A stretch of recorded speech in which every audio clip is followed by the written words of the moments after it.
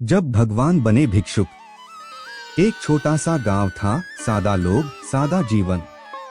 उस गांव के किनारे एक मिट्टी की झोंपड़ी में एक माँ अपने छोटे से बच्चे के साथ रहती थी। पति का साथ बहुत पहले छूट चुका था और अब माँ ही उसका संसार थी। पर कई दिनों से घर में अनाज का एक दाना भी नहीं बचा था।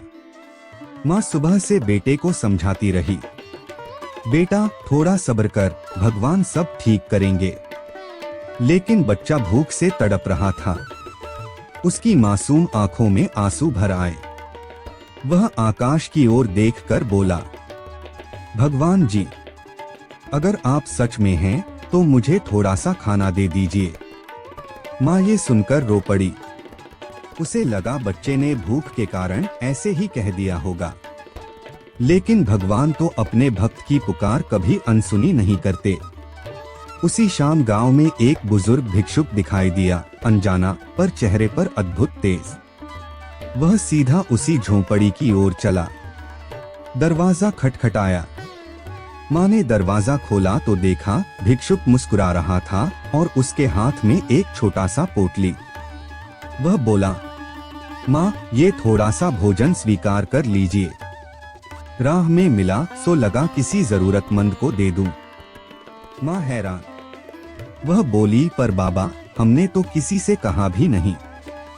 भिक्षुक मुस्कुराया, जिससे कहना चाहिए था उससे कह दिया है तुम्हारे बेटे ने। इतना कहकर उसने भोजन की पोटली बच्चे को देते हुए उसका सिर सहलाया।